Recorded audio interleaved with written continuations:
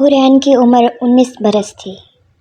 وہ ایک نڈر اور بے باک لڑکی تھی جسے جنات، بھوتوں اور پراسرار جگہوں کو دیکھنے کا جنون کی حد تک شوق تھا۔ وہ ان لوگوں میں سے نہیں تھی جو سنی سنائی باتوں سے ڈر جائیں، بلکہ وہ ہر راز سے پردہ اٹھانا چاہتی تھی۔ ایک دن اس نے انٹرنیٹ پر ایک ویڈیو دیکھی۔ ویڈیو میں بتایا گیا تھا کہ ممبئی سے 100 کلومیٹر دور ایک گھنا جنگل ہے۔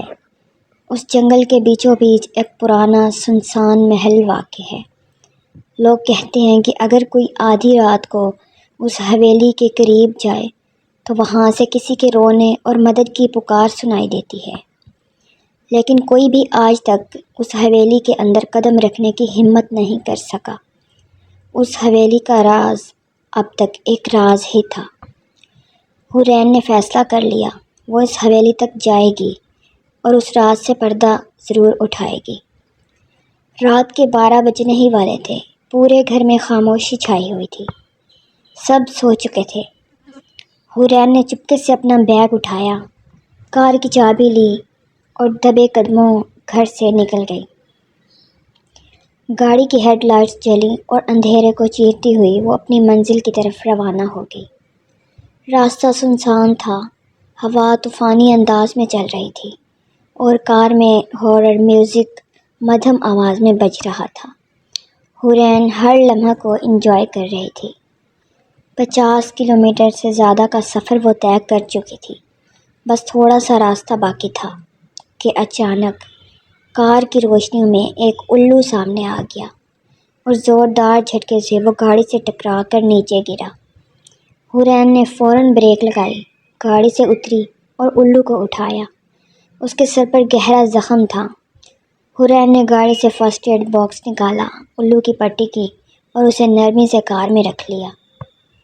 کچھ دیر بعد جب منزل صرف 20 کلومیٹر دور رہ گئی، اس نے الو کو جنگل کے کنارے آزاد کر دیا اور خود حویلی کے قریب جا پہنچی۔ حویلی کا دروازہ بھاری اور زنگ آلود تھا۔ جیسے ہی اس نے دروازہ کھولا، ایک کھڑکھڑاہٹ سے پوری حویلی میں گونج اٹھی۔ ماحول میں ایک عجیب سی خاموشی تھی۔ حورین نے اندر قدم رکھا۔ اندر خوب اندھیرا تھا، مگر کچھ ہی دیر بعد اس نے سنا کسی کے رونے کی آواز۔ وہ سیڑھیاں چڑھتی گئی اور آواز مزید واضح ہوتی گئی۔ مدد کرو، کوئی ہے، میری مدد کرو۔ آواز اوپری کمرے سے آ رہی تھی۔ 3 منٹ تک وہ پکار سنتی رہی، پھر اچانک رونے کی آواز میں شدت آ گئی۔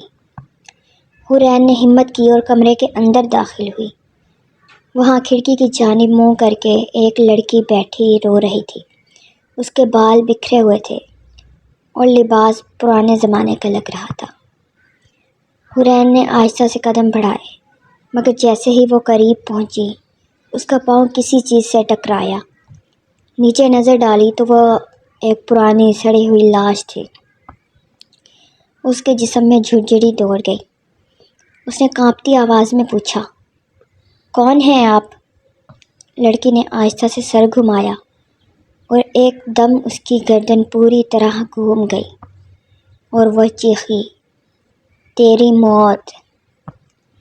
حورین کے چہرے کا رنگ اڑ گیا۔ جسے بھوتوں سے ملنے کا شوق تھا، اب اسے اپنی جان پیاری لگنے لگی تھی۔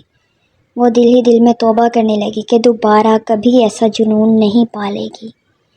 وہ پیچھے ہٹنے لگی، مگر تبھی دروازہ زور سے بند ہو گیا اور کنڈی لگ گئی، اور پھر چھت سے ایک لاش زمین پر آ گری اور دل دہلا دینے والی چیخ پوری حویلی میں گونج اٹھی۔ صبح حویلی کے باہر گاؤں والوں نے دیکھا کہ ایک لاش پڑی تھی جس کی خوف سے آنکھیں کھلی ہوئی تھیں۔